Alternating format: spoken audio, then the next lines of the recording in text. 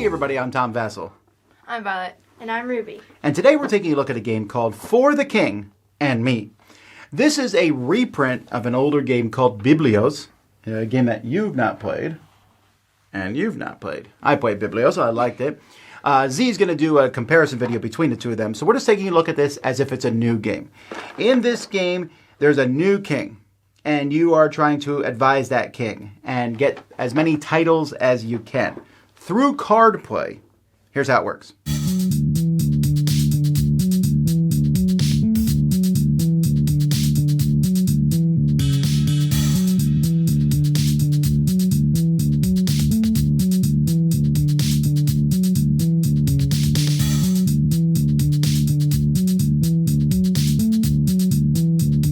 In this game, there are different titles that you're trying to get. There are different colors. And first place, whoever has the most of the colors is going to get the top one and the bottom one. They start at 3 and 1, but they can go higher. You see this one's at 4 and 2, and this one's at 5 and 2. The bottom one is always half of the top one, but it's going to be rounded down. So there might not even be a bottom one if the top one gets lower in value. So what players are trying to do is they're trying to collect cards of various colors. So here this is worth 4 for blue, 1 for orange, and at the end of the game you're going to count your total in each color, and whoever has the highest total will get the top one, and the second highest gets the bottom one. If there's ever a tie for any reason, players will look at the letters down in their cards, and whoever has the lowest letter will win the tie. So the deck is made up of those cards, but it's also made up of money cards valued 1, 2, and 3, and cards that when you get one of these cards, you will add or subtract 1 to the value of the different colors that are out there. The game is played in 2 halves. In the first half, players take turns being the advisor. And when I'm the advisor, what I'm going to do is I'm going to take cards from the deck.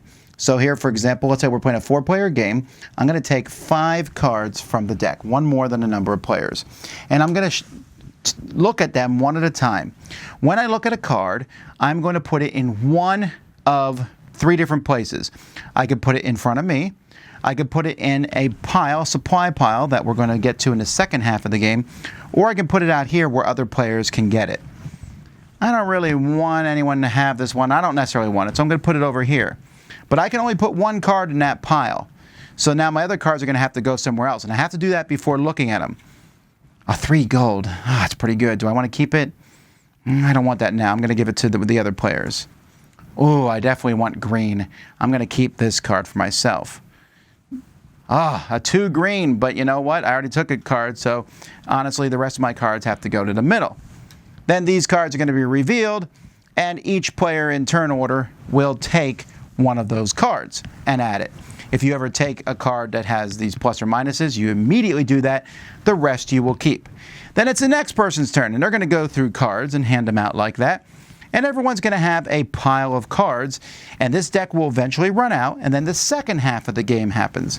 In the second half of the game, you're going to take the pile of cards here, and you're going to reveal the cards one at a time. And then players are going to bid on them, starting with 1 player, and you're going to go around until people drop out.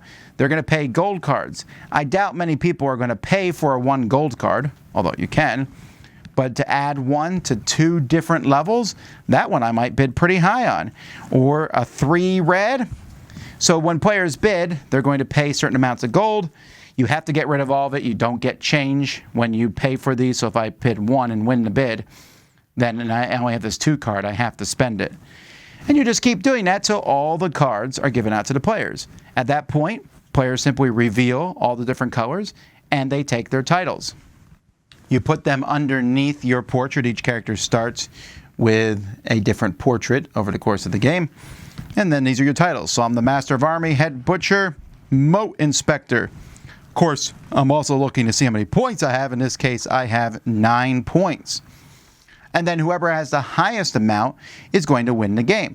If there's a tie, then whoever has the most leftover gold wins the tie.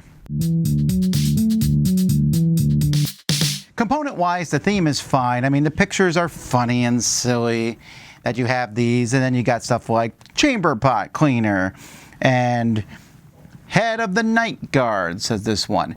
I don't know that I love these tokens themselves. They're okay, but they're fiddly to change in and out all the time.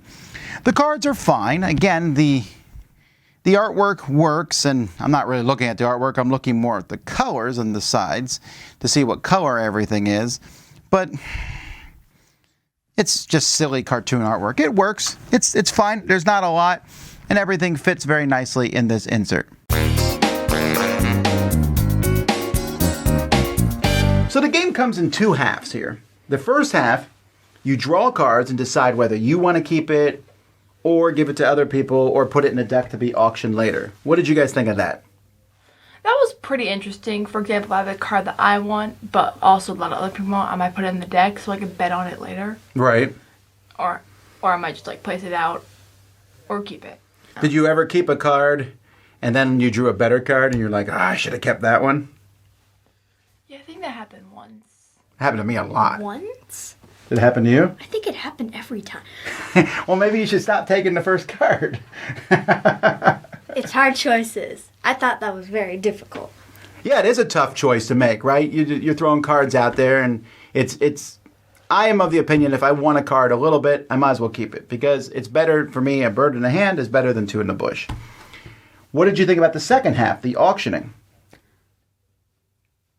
That was interesting. It was like, don't bet too much. Otherwise, someone like Mom is going to come in there and be like, 1 coin for this amazing card.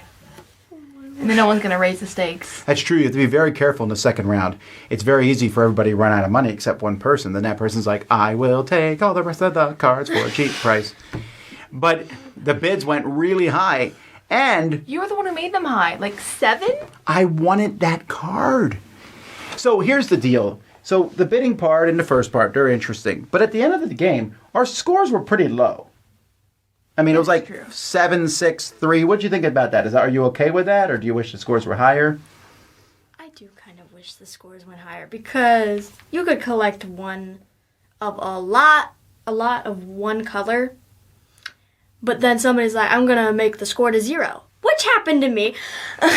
I was wondering when that was going to... Why does everybody hate orange? Because no one else had orange. But yeah, there is that, right? You can collect a lot of 1 or 2 colors, and then those colors are pretty low scored. Or you have a lot of one color, but someone else beats you out to it. Or you lose out in the tiebreaker. So there's a lot going on in the game, but it's still a pretty small game. We're talking 30 minutes at most. What does it say in here? Oh, 30 minutes. Well, there you go. It's do the cards. Do the coins. It's a game that has 2 very distinct halves. Here's half, here's the other half. And I like it. I don't know if... Did you like this theme? Oh, yeah, I like the theme. I did not. I thought it was very funny. I thought we were just playing with cards. I thought the theme was very funny. Okay, well, there's 2 different opinions. I'm kind of with Violet. I didn't even really notice the theme. But the original theme about running a library with monks, didn't really notice that one either. So, that being said, final thoughts and ratings. I'll let you go first. All right. I thought the game was mostly luck, I guess. There was some strategy in it. Also at the same time where you could, like, do really well and then lose everything just because one person said, no, I want you to lose. Especially with those minus cards. Yeah, the minus cards, I almost wish the game had fewer of them. It seems like it has a lot of them. Definitely the points go lower. Yeah, because you could be like, I have a lot of these cards, so I'm going to up that one. And then say that this person has a lot of these cards, so I'm going to lower that one. So what would you give it? I would give it maybe a 6.5, maybe. I thought it was okay. All right, and you? I agree with Vi on a lot of the things she said. I thought there was a lot of luck in the game. The whole game could flip around and people just make the thing you have a lot of go down. But I did like playing it. It wasn't necessarily the worst game I've ever seen. You can't say that all the time. Obviously, we played some of the worst games we've ever seen. Probably a 6. A 6. Alrighty, well then guess what? I like it the best. I'm giving it a 7. I enjoyed BIBLIOS. I like this one too. I like that second place gets you points here and first place. And I really like the beginning of the game. The auction part of the game is okay.